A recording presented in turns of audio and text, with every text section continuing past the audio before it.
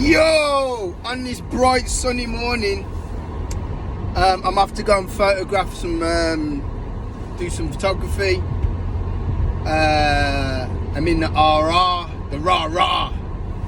and I just remembered old something that happened at school. So, and I'm going to use this girl's name, so maybe you can look her up. I don't know. I haven't spoke to her since junior school. Anyway, her name was Jeanette. I won't give her surname just in case. She's probably married, but anyway. So her name was Jeanette, and she just moved to the area, and we just got on really well. My mum used to walk me to her house. She lived in Newtown. So anyone from Birmingham, if you know where Newtown is. So there was this white blonde girl who'd moved from somewhere else to Newtown, Birmingham, and we just got on really well. My mum would walk me to her house. We'd play.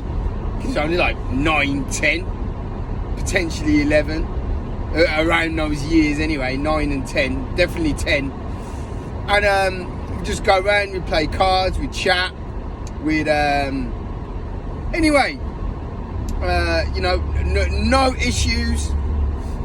Nothing. Anyway, what happened was, so I've gone into school, St. Chad's. So I've gone into school, and the headmaster and Mr. Corbett, I never forget it. They took me into the office, and they said, "Oh, we understand you're playing with Jeanette." And I'm like, "Playing? Well, you know, playing, yeah." And they goes, "What kind of games do you play?" And I'm like, "Board games, we chat. Sometimes I take my Atari around, put it into a TV, and that. And do you play?" And he says, "Do you play games like Doctors and Nurses?" And I was like, "No." Well, what's Doctors and Nurses? "Do you play games like Mum and Dad's?" And I was like, "No." And I'm like, "What are you talking about?" So anyway, I was just telling them the truth. So anyway, they said to me, "Right, you're no longer allowed to play with Jeanette." And I was like, "Why? I ain't done anything. I ain't done nothing."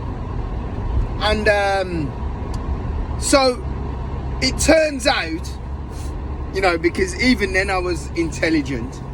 So I did some digging. So it turns out that I was Jeanette's friend, whereas Mark Armstrong, who was a bit lighter skinned than me, Mark Armstrong was, how could we say it, Jeanette's more adventurous friend.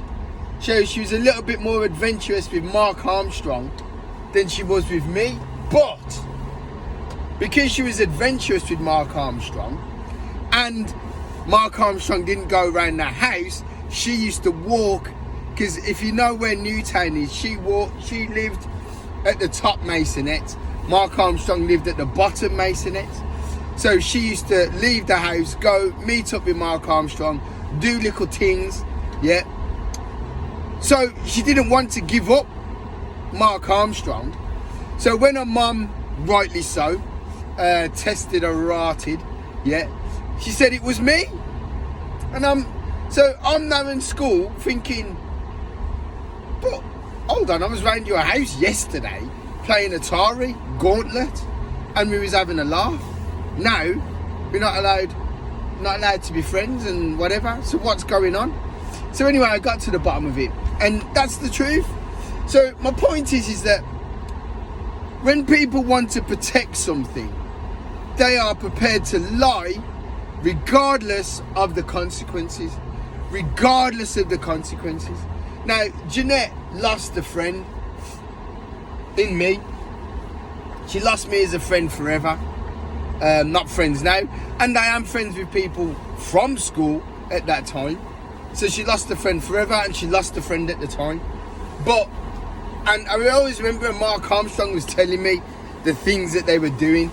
And obviously it's experimental kid stuff.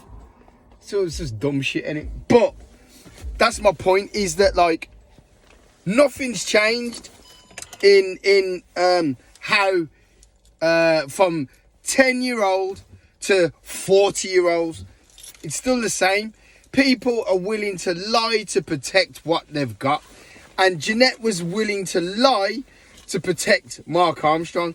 And I can say Mark Armstrong's full name because man was proud of what he was doing at the age of 10/11.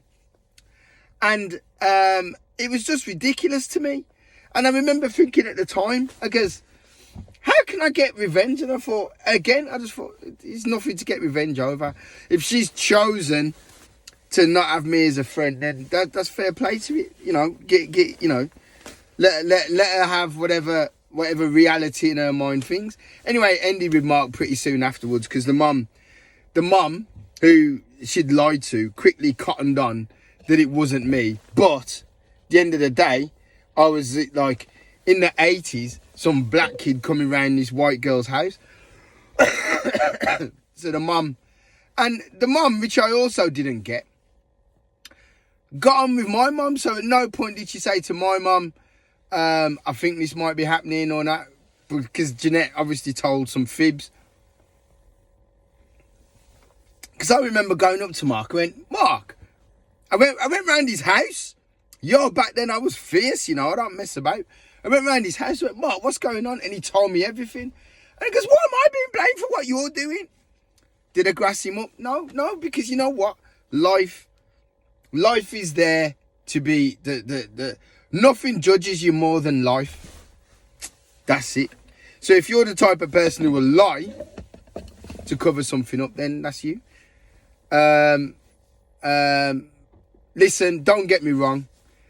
I'm being hypocritical because I've lied as well. It's not like I've gone throughout my whole life not lying. But to lie to, to lie to, in that way, authorities, because Mr. O'Hanlon was the headmaster and Mr. Corbett was the deputy head. So to lie to them, well, it wasn't a lie because the mum was telling the truth, or the truth that she believed. Yeah. So I just thought, that story just came to my head just now, literally. I'm literally just pulled up and about to take some photographs, and I literally just remembered it. Jeanette, her name was, and Mark Armstrong. I won't give her full name away because, you know, it's not fair on her. All right, listen, see you later. Bye.